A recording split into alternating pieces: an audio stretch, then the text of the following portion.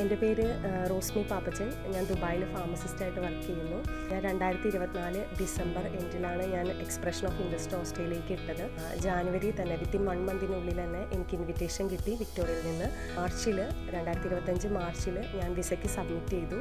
ഏകദേശം 4 മന്ത്സോടുകൂടി ജൂലൈയിൽ എനിക്ക് വിസ ഗ്രാൻഡായി കിട്ടി. ഫാമിലി ഞങ്ങൾ 4 പേർക്കാണ് വിസയ്ക്ക് സബ്മിറ്റ് ചെയ്തായിരുന്നത്. 4 പേർക്കും വിസ ഗ്രാൻഡായി കിട്ടി.